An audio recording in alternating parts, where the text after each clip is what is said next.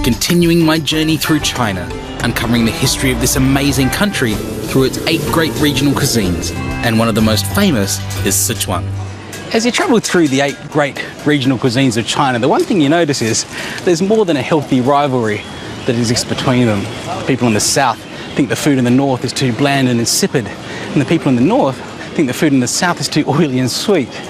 But if there's one thing that everyone in China agrees on, it's that the food in Sichuan and Hunan provinces is fire in your mouth, sweat on your brow, H-O-T hot.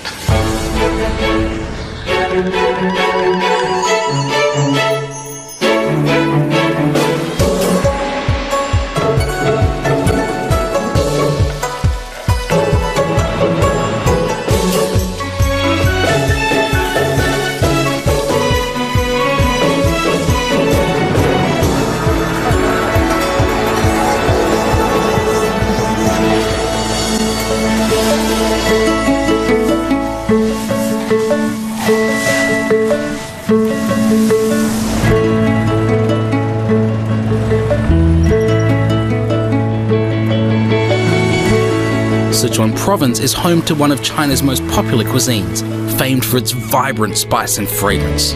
Located in China's southwest, nearly 2,000 kilometers from Beijing, this is Sichuan's capital, Chengdu. I've come to Guanyin, a century-old tea house, to meet a friend of mine who I've enlisted to help show me around, Chinese food expert Fuchsia Dunlop. Hello, Fuchsia, how are you? Hi, Adam. This is an incredible place. Isn't it? You don't see many old tea houses like this anymore. But luckily, Sichuan is still one of the best places in China to eat. I can't wait.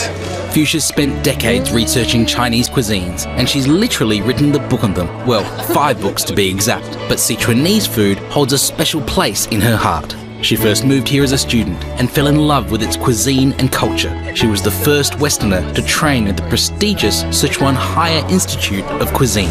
I feel like I've kind of stepped back in time here. Are these kind of tea houses common in Chengdu? Yeah, I mean 20 years ago there were tea houses like this on every street corner in Chengdu. They were kind of social centres and everyone used to go to tea houses to gossip, to play cards and mahjong, to listen to Sichuan opera. In the days before social media, this was where it all happened. It's one of the 8 great regional cuisines of China, isn't it? Sichuanese food. Yeah, and it's been legendary for its kind of vibrant and exciting flavours, kind of hearty folk cooking with all this spice. Sichuanese food may have a reputation abroad for its chili, but it's only been used as an ingredient here for the last 400 years or so. When it arrived, it found the native Sichuan pepper, which has a numbing effect on the tongue. Chili heat met numbing tingle, and it was a match made in heaven. To meet these perfect partners, Fuchsia is taking me to the local spice market. This is like the classic combination of Sichuanese cuisine, isn't it? The numbing flavour of the Sichuan peppercorns and the heat of chili. What they call ma la, numbing and hot. Yeah, here we have the Sichuan pepper. Do you want to try a little bit? Absolutely. It may look like one, but Sichuan pepper isn't a true peppercorn at all. It's the dried husk of a seed that's part of the citrus family. And unless you've tried it for yourself, its tantalising tingle is nearly impossible to describe. Your lips should begin to sing and dance. It's a completely different experience to chili, isn't it? It's numbing rather than hot. Well, the word in Chinese ma actually also means pins and needles and anaesthesia. And when it comes to chili varieties here in Sichuan, you're spoilt for choice. This is the famous erjinqiao, which is a mild fruity chili, often pickled or pounded to a powder and used in chili oil or for ground chilies. These are hotter, the xiaomila, little rice chilies. It's not just like bird's eye or bullhorn anymore, is it? But no amount of theory can take the place of practice. So to experience Sichuan cuisine in full swing, Fuchsia is taking me to one of her favourite Sichuan haunts. What's really striking about Sichuanese food is the dazzling variety of flavours. They say, 一菜一个白菜百味. Each dish has its own style and 100 dishes have 100 different flavours. This place makes me nostalgic. This is what you call a 餐饮馆子, a fly restaurant, really casual people eating outside. Fly restaurants are a Chengdu institution. Fast, frantic and no frills, their name comes from their reputation for having food that's so delicious they attract people like flies. We order classic dishes like chicken with peanuts in hot chili oil and hui guo roll, or twice-cooked pork. This is typical Sichuanese, it's like really cheap ingredients. This is the twice-cooked pork. the Sichuan dish of all the dishes, and you have to try one. Every dish is so different. Yeah, it's like a roller coaster ride. Highs and lows. It's great. Gentleness, heat. It makes me so happy to come here because it just reminds me of how I used to eat as a student.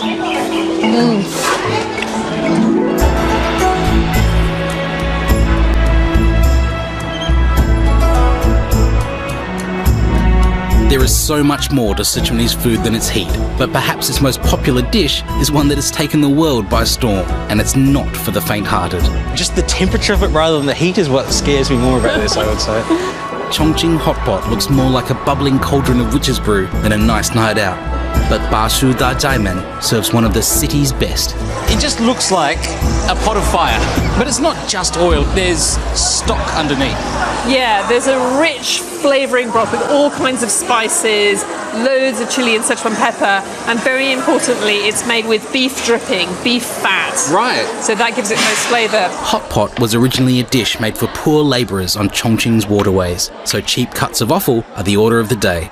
Fuchsia's gone all out, with goose intestine, rabbit kidney, tripe, cartilage from an ox's throat, and almost as an afterthought, plain old beef. It's one of these meals where you have all these textural delicacies, these rubbery, slithery, gristly things that Westerners often find quite hard to take. But if you're Chinese, it's part of the pleasure, the kogan, the mouthfeel. But first things first, we mix our own dipping sauce of salt, sesame oil, raw garlic, and chopped coriander. You know what I recommend is a nice little slithery goose intestine. Why not? Why not? That's where I would start. So with these, you don't want to cook them for too long. You want to keep them nice and snappy. Can you help me? Try and put it down. Okay, that's going to be a big one. You just have to open your mind to the idea that texture can be pleasurable. That is absolutely delicious. That's the key. You know, there is almost nothing in Western cooking that's slimy, that's good. With the goose intestine done, the rabbit kidneys follow, and some tripe. Serious rubberiness. Having never cooked ox throat cartilage before, I'm not really sure how long to cook it. Well, I think you just want to make sure that it's cooked through. It's never going to become tender. It's like eating a crunchy squash ball. Yeah. But it's very, very nice. It is an occasion though. I can even feel now the heat starting to get to me. You know, your lips kind of buzzing. The tingliness of Sichuan pepper, which is so special to this region.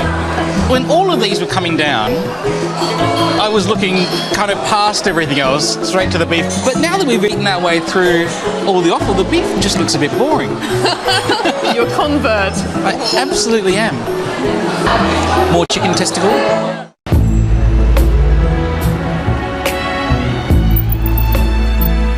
I'm exploring China's Sichuan province, home to one of the country's most famous cuisines. Joining me on my travels is my friend, Chinese food expert Fuchsia Dunlop. As one of the 8 great regional cuisines of China, Sichuanese food is known for its intricate and complex flavour combinations. The most famous is ma la, the numbing and spicy marriage between Sichuan peppercorn and fiery chili. Fuchsia, I think to really understand the cuisine, you have to understand its source of umami. We've seen the ma, we've seen the la, but neither of those is that savoury taste that every cuisine has. What is it for Sichuanese food? Well, probably Sichuan chili bean paste. This wonderful fermented paste made from broad beans, unusually instead of soybeans, and a particular kind of chili. And it gives a gorgeous red colour and a belly-warming heat and savouriness to all kinds of classic dishes. That's that source of that red oil that you see in so many Sichuanese dishes. Yeah, doubanjiang, and it's not a sauce that you add raw to food ever. You begin by sizzling it in oil to bring out its flavour and its colour. Fujian district in Chengdu is the epicentre of this most vital Sichuanese ingredient, and Shaofeng herb bean paste is one of the best in the world. The Chen family has been making what chefs call the soul of Sichuan cooking for generations, and Chen Wei is the current generation managing this traditional operation. 郑先生，你的家人做豆瓣酱多少年？到现在为止已经370年左右了，360多年。 And after nearly 4 centuries, the process has hardly changed a bit. 因为川菜里边主要讲麻辣嘛，最主要就是麻和辣，辣呢就主要就是豆瓣酱了，就填在豆瓣上面。 Mr. Chen shows us the 370-year-old fermentation process that begins with just the broad beans. 为什么那边的没有辣椒？那个是半成品，就是豆瓣里边的胡豆、陈豆，所以这个是最重要的一道环节，就是做这个胡豆瓣子。 So the broad beans, first they're allowed to mould and then they're fermented separately for years. So many fermented products in China are made from wheat flour or from soybeans. So this is really special. Once the broad beans ferment, the two main ingredients, Urgentiao chilies and zigong salt, are added along with other spices to get the best paste possible. 现在他们做什么？现在在焙这个豆瓣，每天3次，早中晚。 This constant kneading 3 times a day, every day for years, keeps air circulating for healthy fermentation. 要等几年才成熟？一般我们的标准最低要1年以上，最低要达到1年以上才能出厂。1年到5年。 I've got my hands on what may be the world's best Fujian chili bean paste with 370 years of history, so I've just got to take it out for a spin.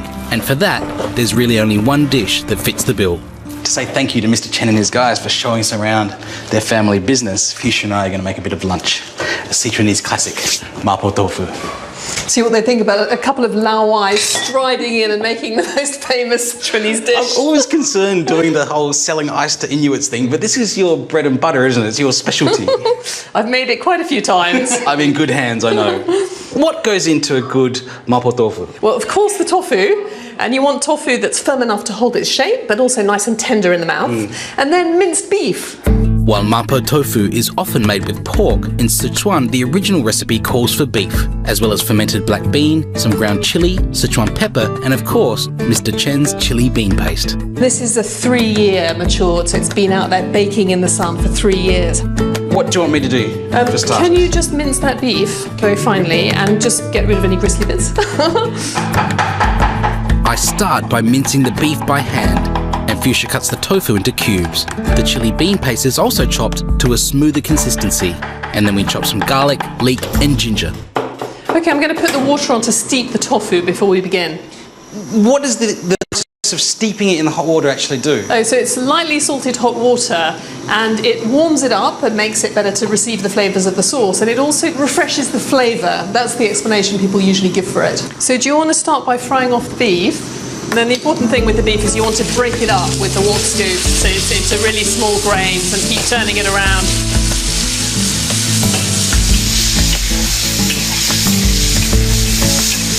Are we fairly good there? Yeah. Okay, medium heat, I think, yeah? Yes. I'll let you drive it from here on. Thanks. So let's have the chili bean paste in first.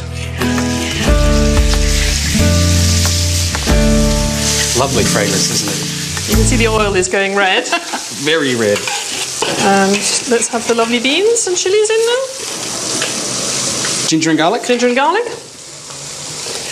And I always say with those, trust your nose, because you can smell that lovely aromatic sweetness as the garlic gets cooked. Quickly, let's have the tofu in.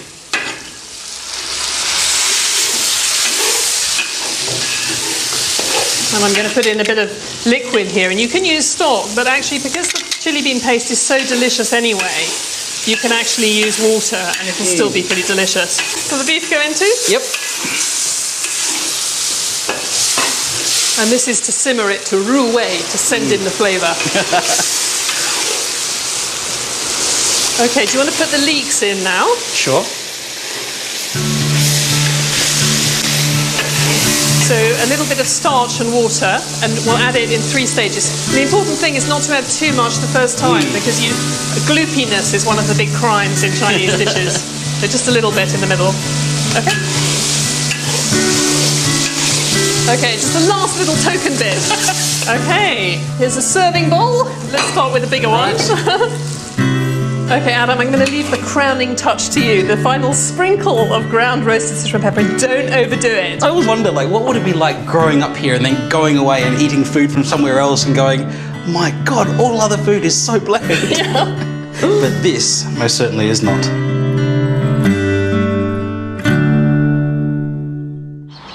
Now for the big test. Can an English lady and an Aussie bloke impress a guy whose family's been making the key ingredient for this dish for nearly 4 centuries? Slightly nervous. 还不错， A little bit too salty. 那个豆瓣酱应该是很好的。真的炒的挺不错，真的不错，小本谢谢小本好，真的不错。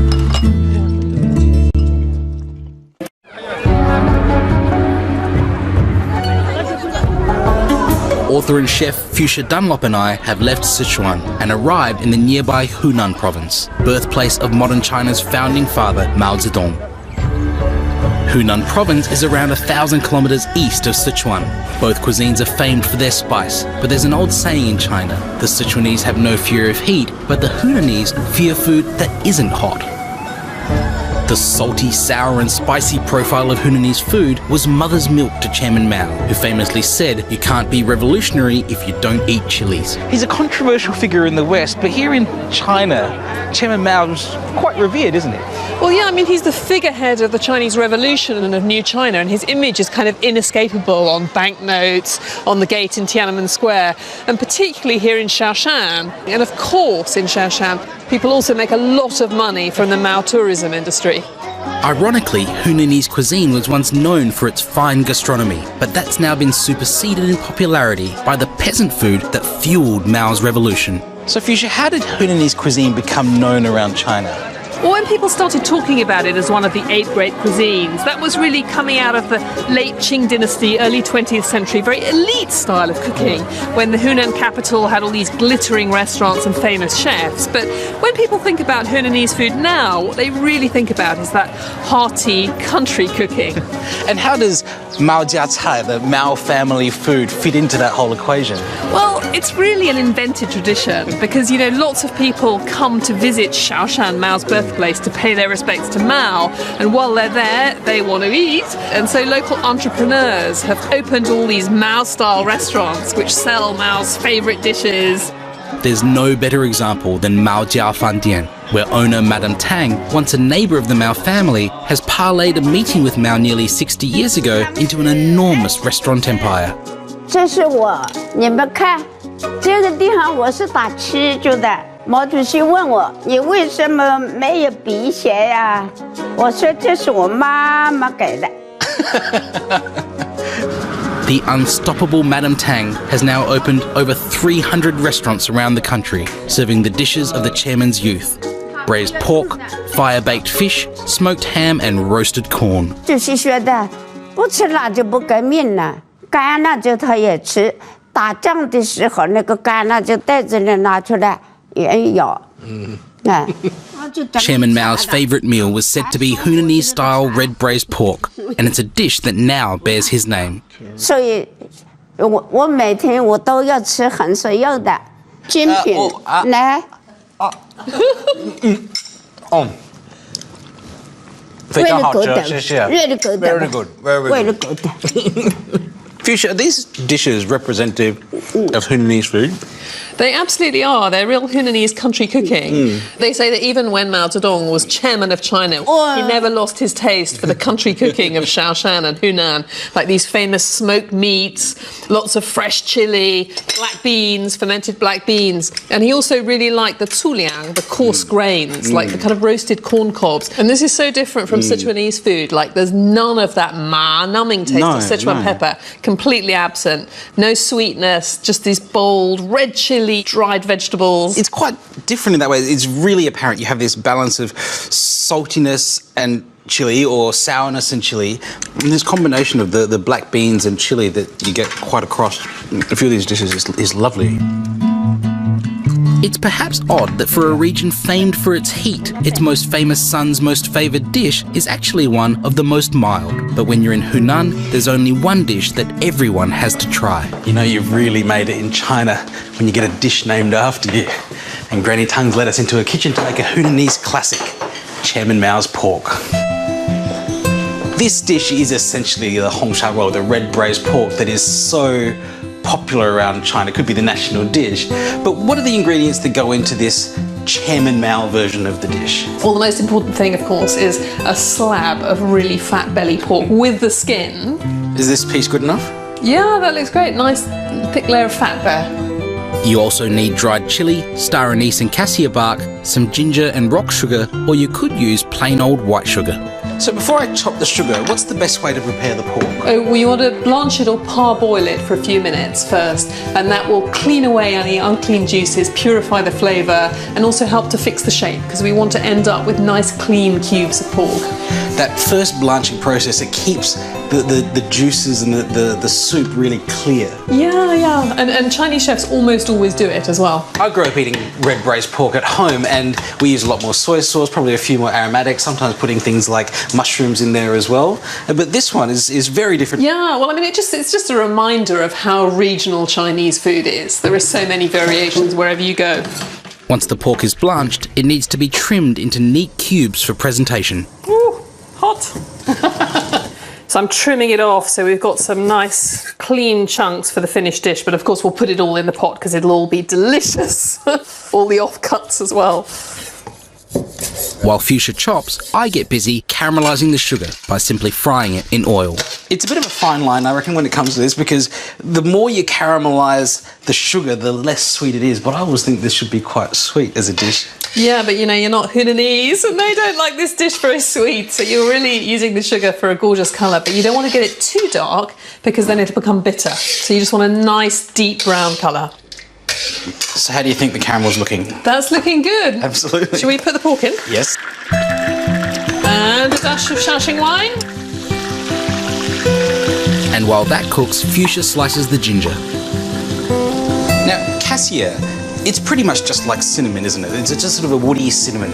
It's seen as an inferior form of cinnamon, so if you want, you could use half a cinnamon stick instead. Add a bit of star anise, but we don't want to put too much in because it can overwhelm a dish. So I've just got a couple in this huge wok full of pork, and then a little bit of dried chilli. Of course, it's Hunan. That needs to cook for about 45 minutes. Ah, that looks amazing, doesn't it? Smells pretty good. And it's really kind of caramelised down, so it's lovely and glossy. Yeah, so add a bit of salt. I have to say, this looks absolutely brilliant. Oh, it's lovely. Is it good? It really is lovely. You know, it's not as sweet as the ones that I grew up with, but I guess the taste profile of it is more Hunanese than my background. Let's get it on the table, hey? There we are, a Hunanese classic, cheddar mouse pork.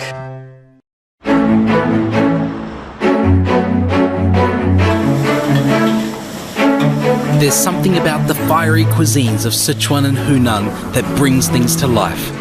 A chance encounter in Fuchsia's 20s led her to become one of the world's foremost experts in one of the world's most exciting cuisines. I couldn't have picked a better person to explore Sichuan and Hunan with.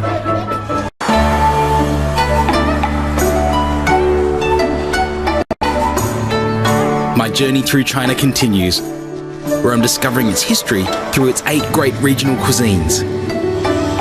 And my next stop is the southern coastal province of Fujian. Fujian's strategic coast has made it an important trading port for centuries. And so many of the foods that we associate with China first left its shores here. Fujian gave us our word for tea. It gave us the soy sauce and tomato ketchup in our cupboards.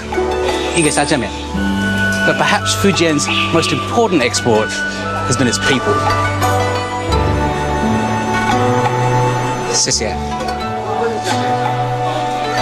You see, the word for Fujian in the local dialect is Hokkien. And centuries of migration have brought Hokkien people throughout Southeast Asia, filling the hawker stalls of Singapore and Malaysia, and then leapfrogging over to Australia, where it ended up on the menu of the pub at the end of your street. So next time you're tucked into a bowl of Hokkien noodles, think about how it started out right here in the little province by the sea.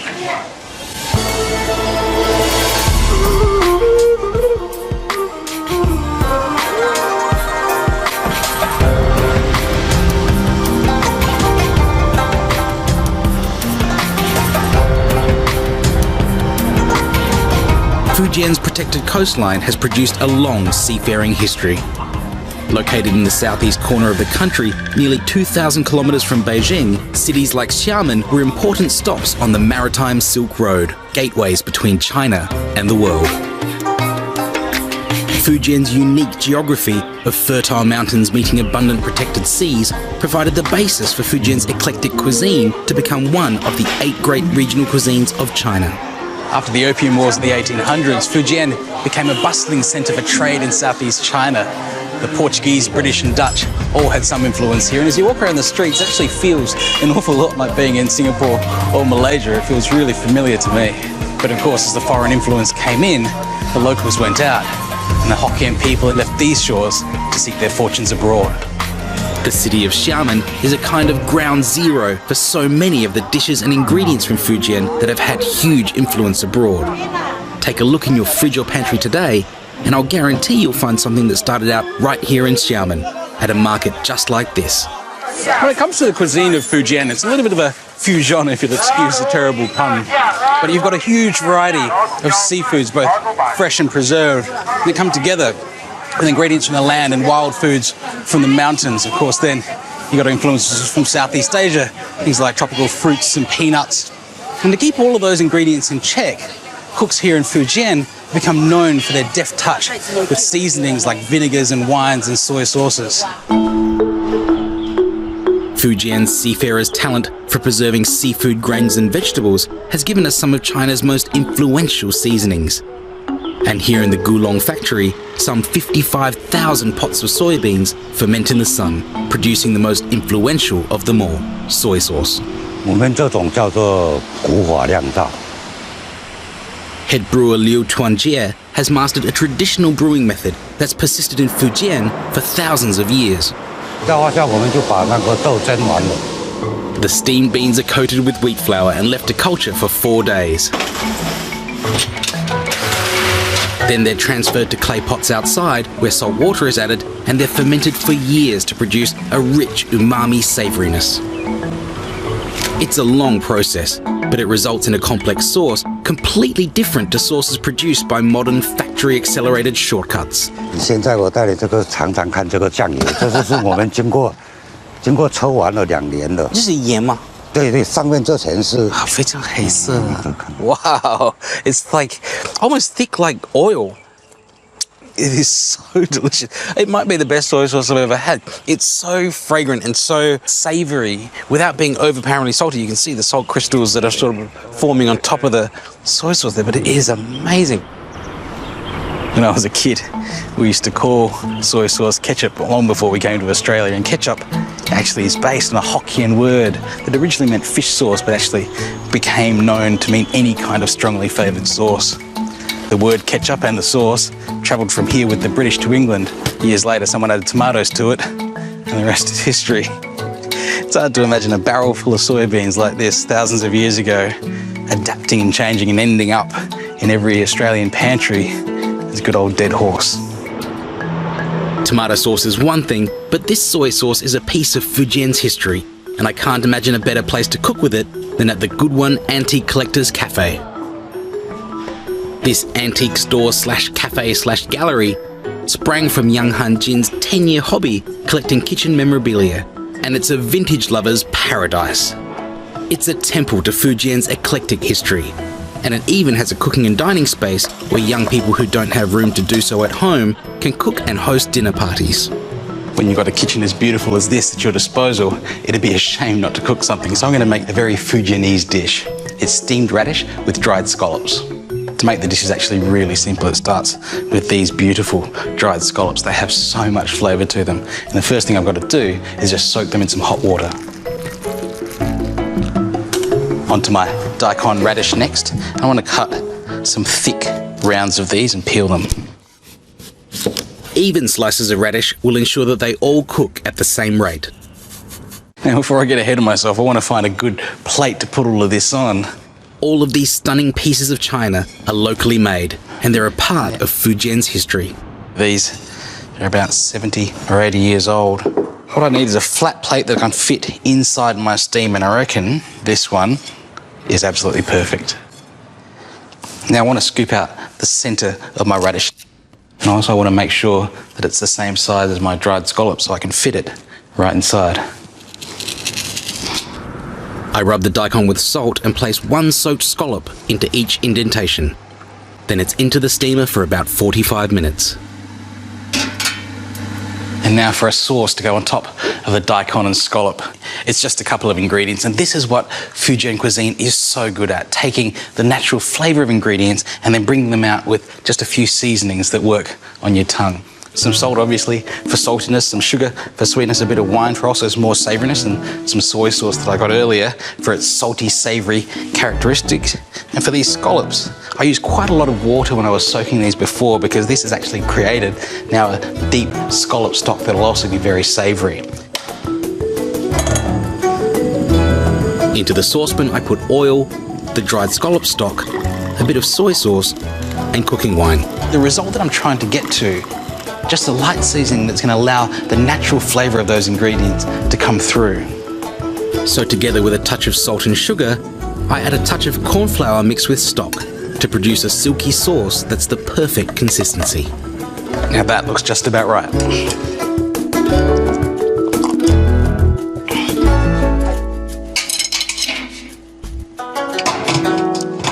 Now this looks absolutely fantastic. The daikon's given off a lot of its juice as well as some of that dried scallop. So I'm just going to pour some of that away, but I don't want to lose that because it's actually got a lovely, sweet, savoury flavour from all the daikon. And then the daikon and scallop get covered in the delicate balanced sauce. A beautifully balanced Fujian dish, steamed daikon with dried scallops.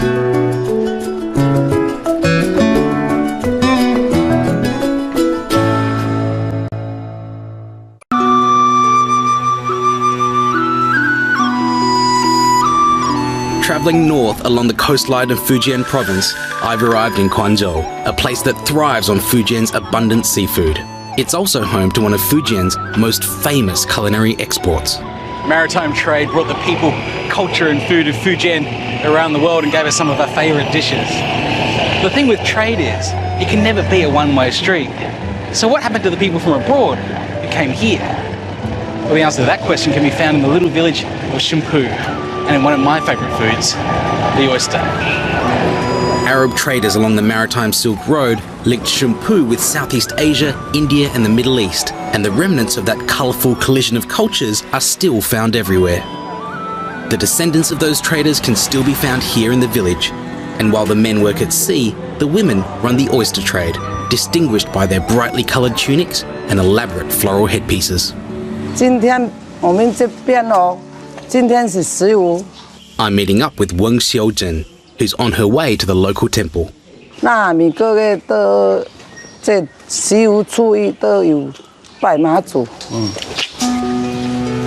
Weng is a follower of Mazu, the Taoist goddess of the sea, known as the protector of sailors.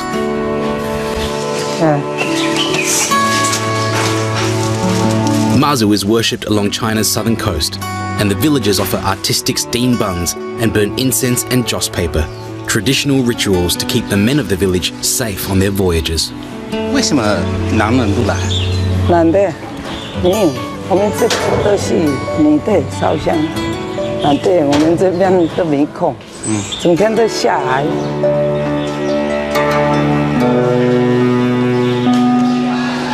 This is all quite familiar to me in a way. I can remember so many times as a kid being dragged along to a temple for certain times a year or specific family events. But Mazu is a goddess that's celebrated across most of southern China. And I come somewhere like this and it makes me think, when my ancestors set out for Malaysia all those years ago, did somebody come to a place just like this one and pray for a safe voyage?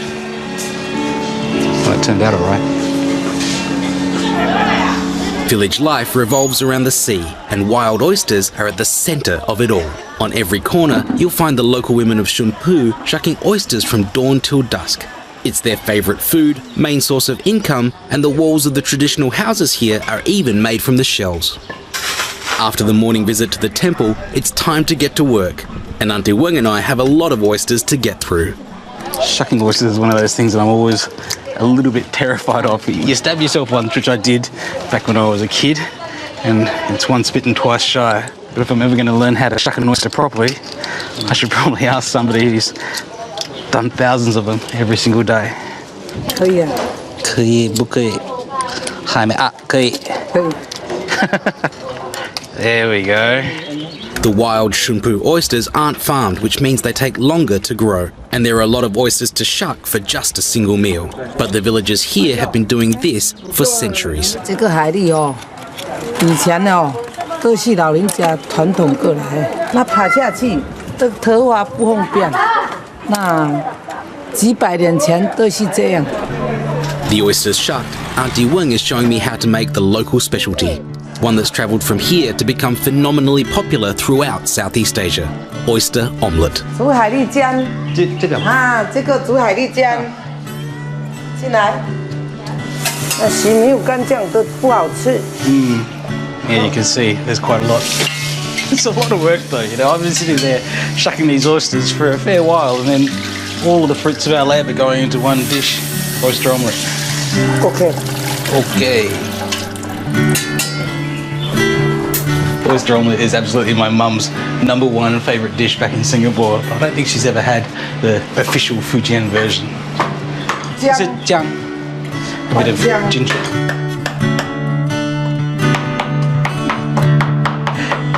Just like my grandma does it without having to peel it. The ginger goes in, and she adds a touch of salt and sweet potato flour to the onion mix. You see that kind of classic combination of onion and ginger with seafood so often in Chinese cuisine. And it's the idea that the fragrance of the ginger and the onion takes away some of the fishiness of either the fish or the oysters. The flour is the real secret, I think, to a good oyster omelette because it's what makes it really crisp when it gets into the hot oil in the pan.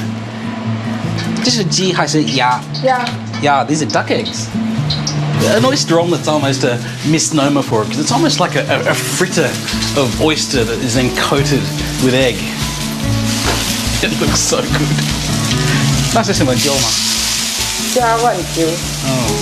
Just a touch of wine. You can really see in every single dish that I've had here in Fujian that delicateness of seasoning that Fujianese cuisine is so known for. No heavy sauces, no covering the flavour of the natural ingredient, but just using a bit of wine, a bit of salt to draw out the oystery flavour. It looks fantastic. A bit of chili sauce on the side, and it's time to reap the benefits of our labour. 好吃。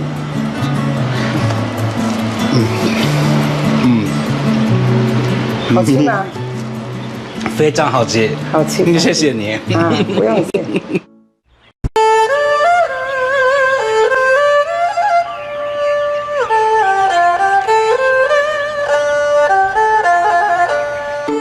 Over centuries, trade has brought people to Fujian from all over the world. Arguably, the greatest impact has come from visitors arriving not from abroad, but from right here in China. The Hakka are a subgroup of Han Chinese originating in northern China. Conflict and invasion in the northern lands drove waves of Hakka south to Fujian. Many Hakka continued further into Southeast Asia, but some settled here in the mountains of Nanjing County. Installed here since the 15th century, the Hakka people have lived deep in the Fujian mountains, but not in houses, in tulos. Tulos are fortresses that were built to keep entire communities safe. But these weren't castles for kings and queens, they were castles for common people. These castles, or tulos, are now World Heritage listed, and Hakka families still live in them even without the threat of war. 自从第1代到我已经是第21代了。 Zhang Mingxue is the 21st generation of his Hakka family to live in this area. They've been here for over 500 years. He runs a small tulo as a guest house where you can stay and learn about Hakka food and culture. 客家菜它是这样子，客家菜它不是很豪华，它都是就地取材，是靠着我们自己种什么菜，我们就做什么菜。 Mr. Zhang takes me on a guided tour, and the size and scale of these vertical villages is nothing short of spectacular. 到现在的已经有370多年的历史了。374年，374年的历史。这个它有4个楼层。The name Hakka means guest, and as visitors residing in foreign and sometimes hostile lands, the fortified tulos provided safety for around 50 families living within its walls. 我们可以上楼看一看吗？我让你参观一下。小心哦，这个土楼是这个比较陡一点哈。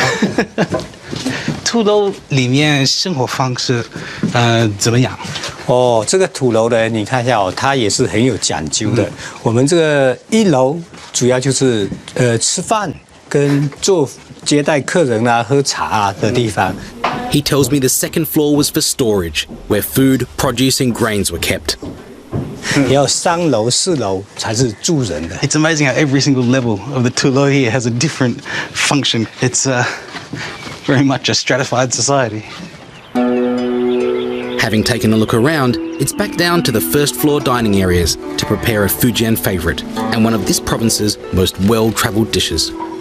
If there's one dish from this region that's travelled just about more than any other, it would have to be one that we're all familiar with, Hokkien noodles. To us, Hokkien noodles is a very simple stir-fried noodle dish, but the story of how it comes together is really quite extraordinary. We've got some prawns and squid here, some pork, some mushrooms, my aromatics, some garlic, ginger and spring onion, and then a few vegetables, just carrot, Chinese cabbage and an egg. I'll start by chopping some garlic. One really important thing to remember when you're chopping garlic for stir frying is that it's an aromatic, so you're going to add it in to the wok first. If you cut it too small, it'll burn and go bitter, so you've got to leave your garlic quite large. It may just seem like a fairly simple stir-fried noodle dish, and I guess by the time Hokkien noodles got to Australia it was, but the story of how these ingredients come together is quite spectacular. The combination of seafood with ingredients from the land and mountains may seem ordinary and straightforward today, but 1,000 years ago, it wasn't as simple as popping into a one-stop supermarket. Once the vegetables are chopped, it's time to slice the meat and seafood. I'll start with the pork.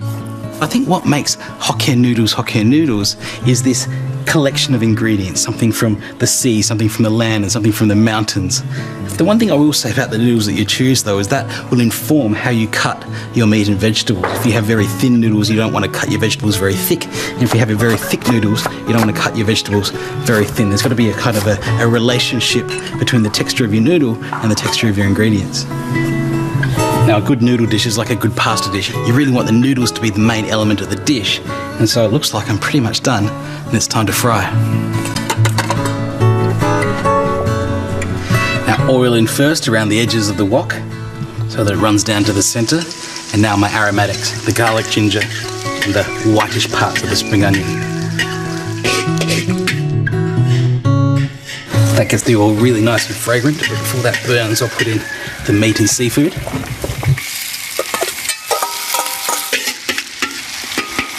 And now my vegetables.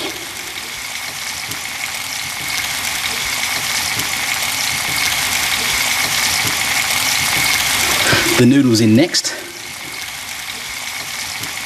along with my seasonings, a bit of salt, a bit of sugar, soy sauce, 2 different kinds, light and dark, and a touch of wine as well. Now when you add wine to a wok, you never add it directly onto your ingredients. You always pour it onto the metal of the wok so that it gets distributed evenly.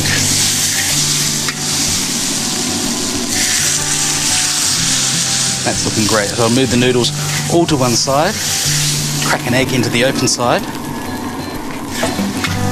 mix it all together. The spring onion greens go in last, and then it's time to serve.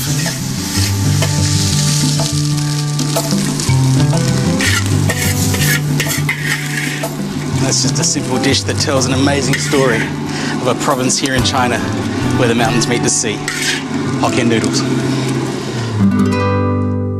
You know, this is why I find food exciting. I know it's just a plate of noodles, but isn't it incredible that you can go to Penang or Kuala Lumpur or Singapore or suburban Sydney, and every time you eat a plate of noodles like this, it's telling a different version of a story that 200 years ago some people set out, left their homes here and went to the coast and got on a boat and pointed it to a place they'd never ever been before, and in some small way went on an adventure that ended up changing the world. It's amazing. Like many other ethnic groups in China, getting together around food is a big part of their culture. And Mr. Zhang and his wife Liu Fen have prepared me a Hakka feast. 来，大家一起庆祝一下，好，来，土楼开心一下，来，谢谢。来，这个味你尝一下，喝一下这个汤的，很鲜美的。一见前重，对，非常好。The Hakka people may take their name from being guests themselves, but they certainly know how to turn on the hospitality when the shoe is on the other foot. 你们做的菜都非常好吃，谢谢。谢谢你，谢谢你们。来，我们干杯一下。来，干杯，干杯一下。干杯。The food of Fujian may have traveled the world, but I think it's most comfortable at home. I can easily understand why Fujian cuisine is one of the 8 great regional cuisines of China, because no matter where it's traveled, it all has to do with its people.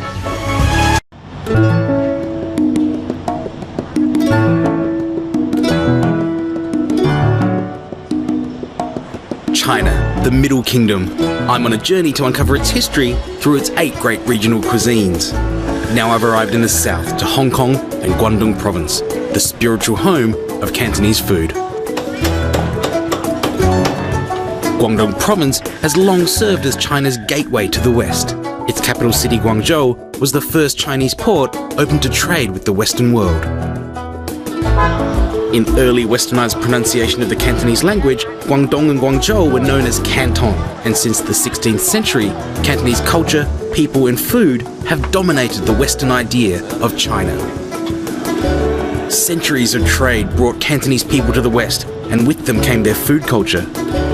Across Europe, America and Australia, the very concept of Chinese food is the cuisine from this hugely significant region.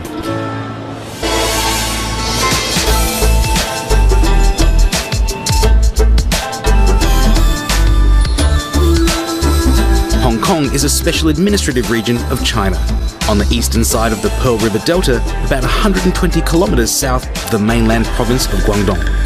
Once part of Guangdong proper, after the Opium Wars, Hong Kong remained a British-occupied territory for much of the 19th century.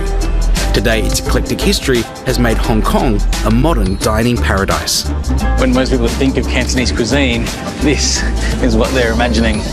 If you go back not so long ago, Hong Kong was a tiny little fishing port on the edge of China with a population of about 7,000. But after the Opium Wars, it was opened up as a centre for trade. Since then, it's grown into one of the most fast-paced cities anywhere. And you think with all that speed, people in Hong Kong would barely have time to eat. But eat they do, and Hong Kong has more restaurants per capita than any other city in the world. And the average Hong Kong resident eats out an astonishing 23 times a month. In Hong Kong, the restaurant is king.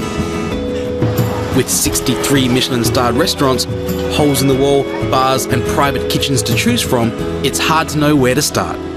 So fresh off the boat, I'm catching up with my friend Janice Leong, a Hong Kong-based food writer with her finger on the pulse of this incredible dining scene. Writing about food in Hong Kong, you must be absolutely spoiled for choice. Well, I mean, I've been here over a decade and I'm still not done. I think when it comes to Cantonese food, though, the most popular food is Cantonese barbecue. You think so? Those roasted meats, you can find it all over the world, but here's where you get the best, right? Well, yeah, I mean, we can eat it all day, every day. I mean, speaking of which, here we are.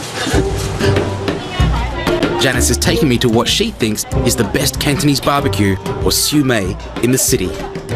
The Michelin-starred Yat Lok. We might love roast duck in Australia, but here in Hong Kong, the locals only go for one thing, roast goose. And the secret recipe served at Chu Kin Fai's family restaurant has been winning hearts in Hong Kong since it opened in 1957. 可唔可以講下？可以講即係講個大概佢嘅味道啦，嗰個第一樣嘢佢嘅味道啊，同埋燒嘅功夫啦，同埋我出邊要脆皮嗰陣。 The boss is holding his secrets close to his chest, as he should with all good family recipes. And why wouldn't he? Yat Lok does a roaring trade, selling around 100 geese a day. 所以我咪即係變咗你唔怕辛苦㗎，你會唔怕辛苦，你最緊要就係有人欣賞，越有人欣賞你越有衝勁。Did you ever imagine that you would get a Michelin star though? 冇，完全冇諗，我完全唔識呢樣嘢㗎，初。 Yat Lok's Michelin star is the kind of accolade Western chefs work their entire lives to earn. But here, Mr. Chu's only motivation is producing the best Cantonese barbecue possible. He just sees it sort of as an art now. He just works on it every day. That's amazing, thank you. No, thank you. You look so busy though, I think you should get back. Hold on, we should order something though. Thank you. He brings us dishes of poached chicken, char siu and suyuk, barbecued and roasted pork, and of course, his prized roast goose. Look at that. That is just incredible, isn't it? It's kind of dripping with juiciness as you pick it up.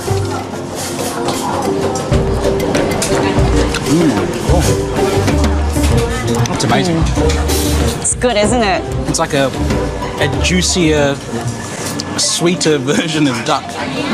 And the skin is so crispy. And this char siu too is incredible.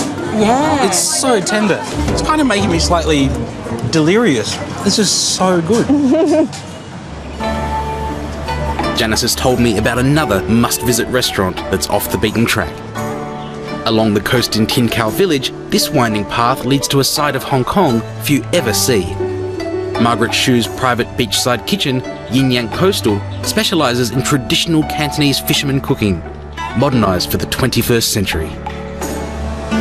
Cantonese cuisine may have given us the very idea of a Chinese restaurant, but ironically, so much of our understanding of Cantonese food comes from people who aren't trained as chefs at all. My own grandfather on Hainan Island was a teacher back there, but like so many other migrants when he went abroad, couldn't find work in that field and became a cook instead. So how does that tension between home cooking and restaurant fare work in a city like Hong Kong? I think the best place for me to come to find out about that is one of Hong Kong's most acclaimed restaurants that's run by somebody who's not even a chef at all. Hi, Margaret. Adam! How are you? Nice to see you. What an amazing place you have here. This is like, it's like you're not even in Hong Kong anymore. It's not like that. That's why I like it here. It's very different from the crowd in the city. Once a high-powered advertising executive, Margaret gave up a stellar career to focus on her true love, Cantonese food. It's full of soul, and her philosophy is perfectly embodied by her most popular dish, yellow earth chicken. So, Margaret, how did this become your signature, I guess, here at the restaurant?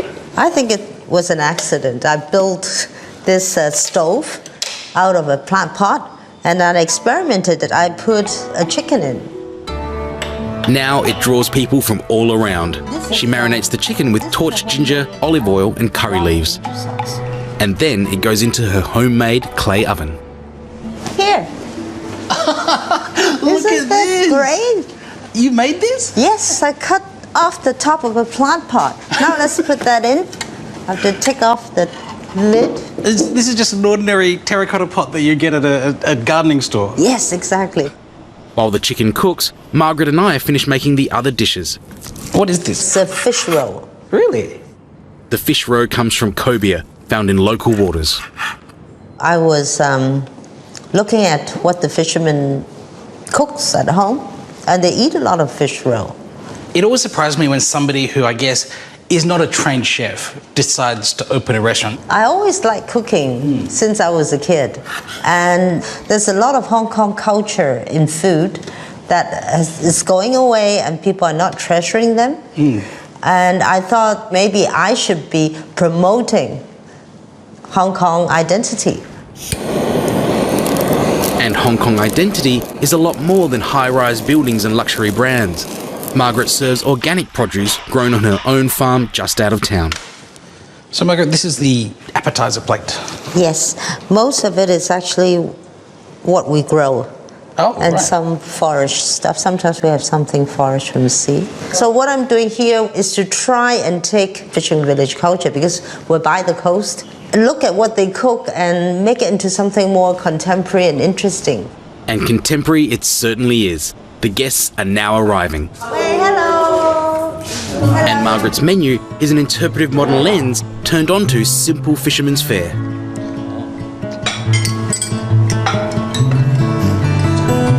It's fish roe with paprika, carrot pretending to be cheese.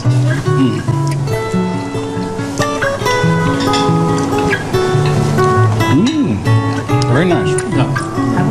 It's good. Her next piece of art is a cuttlefish boudin noir, served with its ink. Wow. But the piece de resistance is her signature dish, yellow earth chicken. 的确好吃，这个很好。tender meat and crisp roasted skin is the perfect end to our private dinner. Good food speaks volumes. Every meal is a story of history and culture in anyone's language.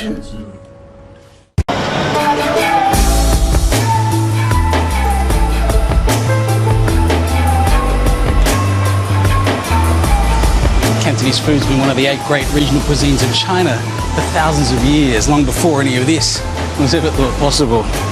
But here in Hong Kong, it's kind of taken on a life of its own.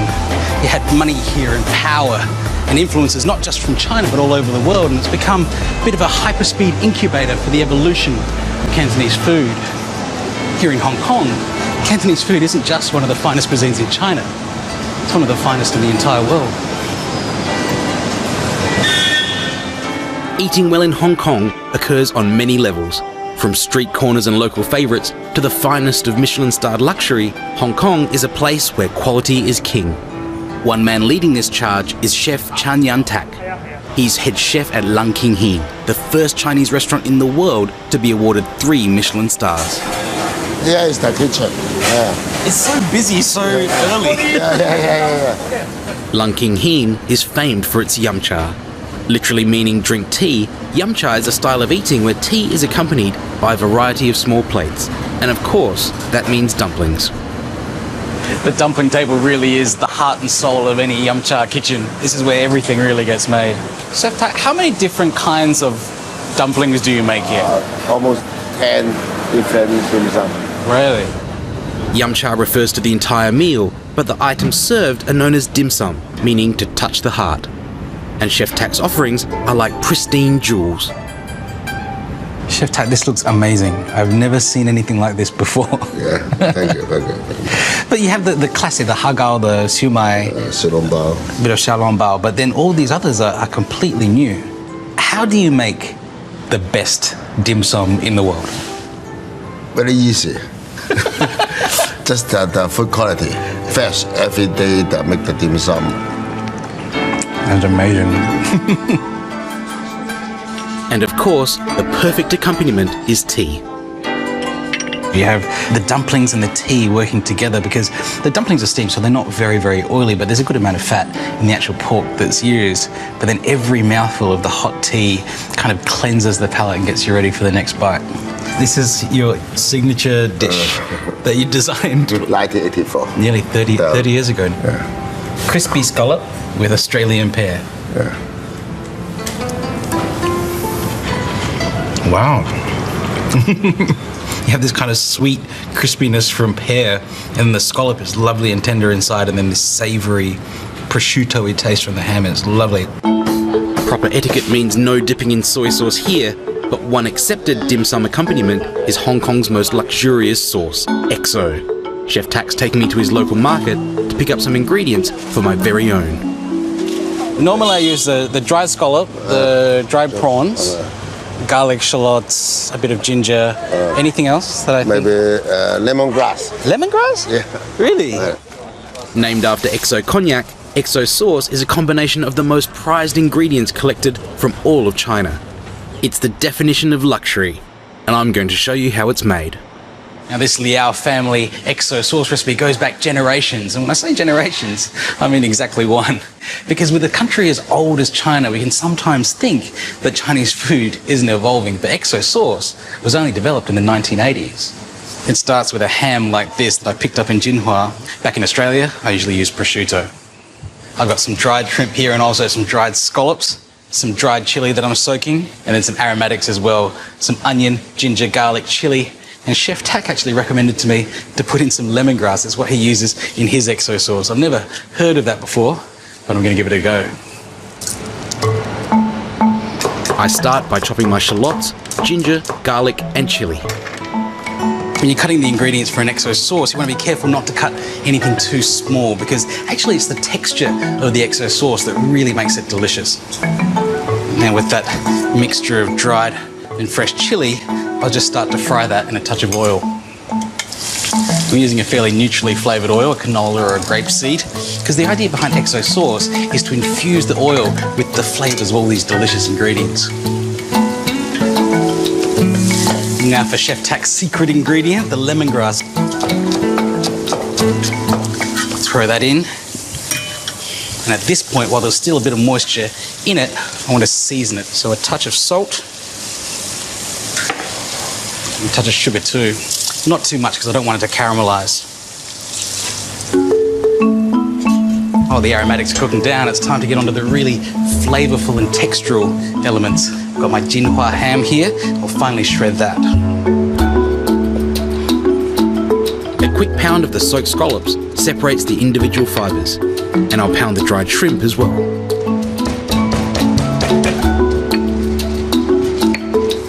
Then I add my finely sliced ham to the aromatics, as well as the scallops and shrimp, and mix everything together. And to help soften everything as it cooks, some of the liquid from the dried scallops, and also a touch of dark soy sauce for colour. Now as the liquid from the soy sauce and dried scallops evaporates away and the oil separates back out, I add the rest of my oil and turn the heat right down on that and just let that slowly infuse into the oil. There are so many uses for XO sauce. It's fantastic just served as an accompaniment with dumplings or in a stir fry. Pippies are a classic. And that's a 2-ingredient dish, just pippies and XO sauce stir fried together. The incredible, versatile and decadent Liao family XO sauce.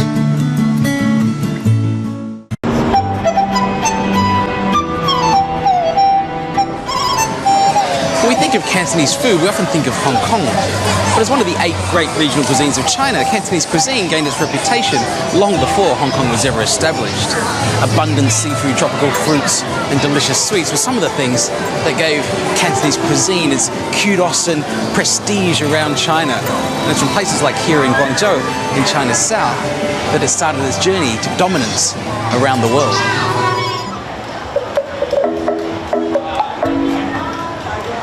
This way. I'm meeting my friend, local patissier Shadow Yun, who's taking me to try her favourite local sweet, a multi-layered buffalo milk custard naturally set with ginger. So Shadow, what is this? This one is double layer milk custard. So strong in flavor and smooth. You can try. Oh my goodness. Oh, you can see the 2 layers, like yes, it's 2 layer, yes. like a curd on top and then silky underneath. Yes. You can try. Good, is it good? My all-time favorite. That is so good. So good, yeah. It's like a panna cotta, but extra creamy. Shadow knows her sweets. Her family's been making traditional wedding pastries for generations. And after completing her masters in Australia, she returned home to take over the family business. Outside is crispy, inside and smooth and strong in milk flavor. This one is also nice. Oh wow, it's amazing. Wow. Well, there's always room for more desserts, so Shadow has invited me to see her family business and meet her mum. 欢迎欢迎，你好你好。 These traditional pastries are known as bride cakes. 这女儿出嫁了，这一定有饼。这个饼呢，就是 Given as gifts from the groom's family to the bride's family, the high-quality pastries are a symbol of gratitude and status. 所以叫嫁女饼。啊，现在如果生了一个女儿，哎呀，多了一点饼呢，这长得好看呢，差不多有一个意思了。 Two of their most popular varieties are one filled with a sweet nut praline, symbolising health, wealth and a long life, and another filled with lotus seed paste to symbolise children. What about for your wedding? Did your husband's family have to buy them or did you give them for free? Not for free, of course, pay for money. Yes. With so many delicious cakes on offer, it's hard to pick a favourite. It's so nice inside. Like the lotus paste is a lovely, almost honey-like texture. I really like this nuts one because it has a bit of citrus flavour, but I also like mooncake as well. So I like the lotus seed one because it reminds me of growing up eating mooncake. But my Cantonese tour de sweets isn't quite over yet. From the bakery, we head back to Shadow's house for one final dessert course. Cantonese desserts are famous across China and sweet soups are a classic of Cantonese cuisine. I'm making a very, very simple dessert, a snow fungus and sweet potato soup. Tong sui literally means sugar water, and these classic Cantonese dessert soups are as easy to make as they are delicious. I'm using ginger, sweet potato, goji berries, yellow rock sugar, or you could use normal white sugar, and the star ingredient, white fungus. Usually in Australia you can only buy it in its dried form like this. Just put a bit of water on it and let it soak for about 45 minutes to an hour so it softens up. But here in Guangzhou, I've got access to the fresh one, and just look at how beautiful that is. It's a stunning looking ingredient. To prepare it, all I need to do is trim this kind of hard base around the outside there and cut up these pieces into little bits. I'm just breaking it into little kind of bite-sized pieces. Now for the sweet potato, you could just cut it into little chunks, but I think this kind of rolling cut where you make an incision and then roll the sweet potato over and make another cut, and another one again, gives you just a little bit more visual interest. And for the ginger, I'll just take the skin off that. Don't really need to take the skin off ginger, but I think in this case it's probably worthwhile doing. Cut it into some chunks. So now what I really need to do is get it all into the pot.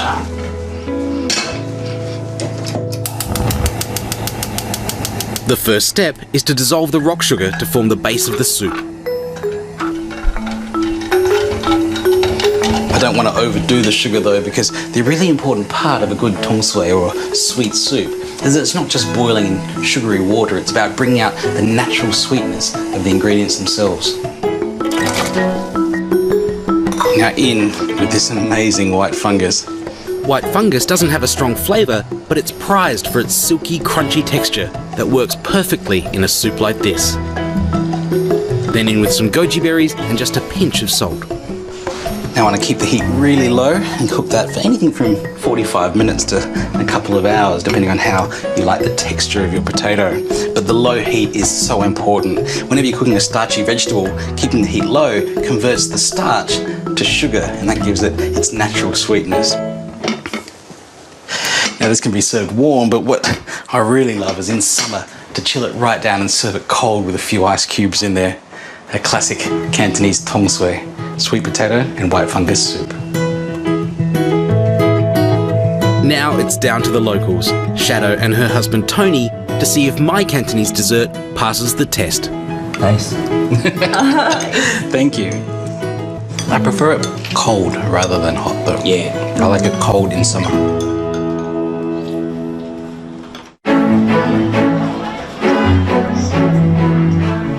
Cantonese food of Guangdong and Hong Kong may have given us the familiar suburban staples of Chinese cuisine in the West, but here in China, it's adapting and evolving faster than ever.